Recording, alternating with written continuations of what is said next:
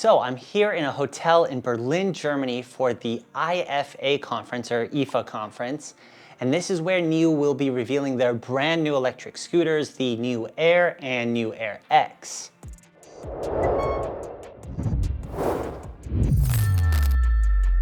The Niu Air and the Niu Air X are carbon fiber, ultra lightweight, ultra portable commuter style scooters. And it was really interesting to hear that this was the direction that Niu was going, because we always knew that they would go in a new direction eventually. And we thought it might be dual motor scooters. And I think they will get there eventually. But right now, it looks like they're entering into the ultra lightweight market. So think of scooters like Unagi, Fluid Mosquito, the E2 models. Those are kind of the market that Niu wants to enter. Their Air and Air X, you're looking at about $1,300 to $1,500 retail price. I think they will be less than that when they first launch. I think I heard a sub $1,000 price for the Air when it first launches. So very competitive in the lightweight luxury class of scooter. So I got about an hour with it today. Got to get hands-on with it and get my first impression. The first thing that stands out when you see this scooter is obviously carbon fiber. They've really embraced the carbon fiber aspect of the scooter, whereas Unagi's models are carbon fiber.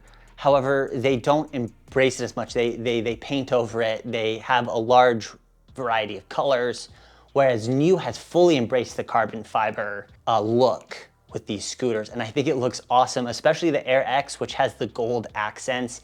It's just so clean. They look so nice. The other thing that stands out is how stupidly lightweight the scooter is. It's 26 pounds is what the Air is supposed to be, I believe. And then I think the Air X is even lighter than that. And this is a scooter that you can pick up with one hand. You can do curls with, you can pick up with individual, like just one finger on each hand, you can pick it up. So it's really impressive. I really have not encountered a scooter that is so light, and you really feel that while you're riding. So one of the big things that stands out in the cockpit is that they've gone from thumb throttles on the KQI2 and KQI3 models to twist throttle on the Air. And I actually really like this change. I don't have any problem with it at all. I really enjoyed using the twist throttle.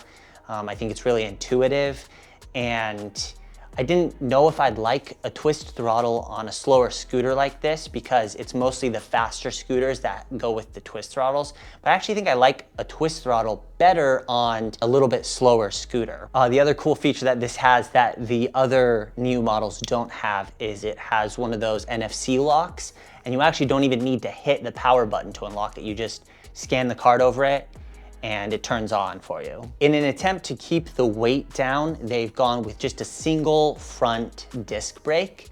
It's pretty small, it feels okay, but most of the braking is done with that rear motor. And overall, the braking's a little soft, but once I have access to the app and once we're able to fully review it, I think we'll be able to dial in the braking so it feels a little better. The big thing that's going to change from this pre-production model that I tested to the new model is that these fenders, they're plastic on the pre-production model, and they're going to be carbon fiber as well on the production model. Another thing you'll notice about in their attempt to keep the weight down is how thin some of the parts of the frame are. However, when I got on the scooter, it doesn't feel flimsy or flexy at all. You can tell this has been highly engineered, and that's kind of the theme of this whole scooter, is that it really is a feat of engineering. It's crazy impressive how light they've gotten this scooter while still feeling super solid. And part of that solid feel is due to the stem latch. And I love the way the stem feels. It just really, really locks it in. And it's got an extra safety catch, so it doesn't go accidentally folding on you. And it's really intuitive to use. It locks in tight. And when the bars fold down and the handlebars latch down, we've praised Niu in the past for how it just clicks in, and it has that, but instead of being a button, it's now just a little slide. So still really, really easy to use. Another thing that might stand out to you, that stood out to me, is how wide the riding platform is. They've really focused on making this kind of a skateboard type feel with your feet, and there's a ton of space. There's not a rear tail like with the KQI 3. However, you don't really feel like you need it because of how wide and long the platform is. And it's so cool how they've been able to make this spacious, comfortable cockpit and riding area without making it super heavy or super long and keeping things super, super portable. I was really impressed with the way it felt to handle and fold down and fold back up and carry around and actually ride. So let's jump to my riding impressions now. Oh, this is the moment. This is my first ride out on the Niu KQI Air. This is the X version, so this is the lighter version. And the biggest thing that stands out right away, just looking at it, is the carbon fiber. Super, super cool. It's just so obvious that it's carbon fiber, like right away.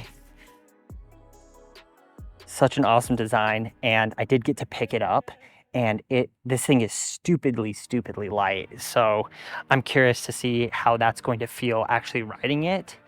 And with how, you know, thin some of these sections are and how light it is, it'll be interesting to see how stable it is while I ride. Okay, so to do this, you just put the NFC card over it and starts right up. Here we go. On it, it's 0 start. Nice. Nice, really smooth acceleration. And immediately, you can just tell by riding how light it is. It sounds really cliche, but it really feels like there is just nothing but air. Stupidly light. Oh, look, okay, so it has automatic cruise control. That's what kicked in there. Nice. It's got good power. That was a bit of a hill and it climbed up it without any issues. Feels like it has the acceleration curve of the KQI 3 Pro. It honestly doesn't feel like there is like a scooter under me. It's a really strange sensation to have what basically amounts to almost no weight actually under your feet. It's super nimble and agile. Also, the handlebars are a good width. They're not as wide as they could be. I think they're a little bit more narrow than the KQI 3 line, but you want them a little more narrow because this is really like portability focused. It's single motor, so, you know, these aren't steep hills, but these are kind of typical hills you would get in a city. It's not having any issues. I believe it's a 700 watt motor, so it's a little bit larger to make up for the fact that it's just single motor instead of dual motor.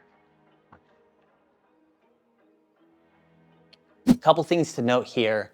The scooter was limited to 15.5 miles an hour because that is law in Germany. So the ones that come to the US will have that top speed of 20 miles an hour. And sometimes on these lighter scooters, those higher speeds, kind of above 15, can feel a little sketchy. It's going to be totally fine even at the higher speeds. It doesn't have that flexy feel at all. So it'll totally be able to handle those higher speeds.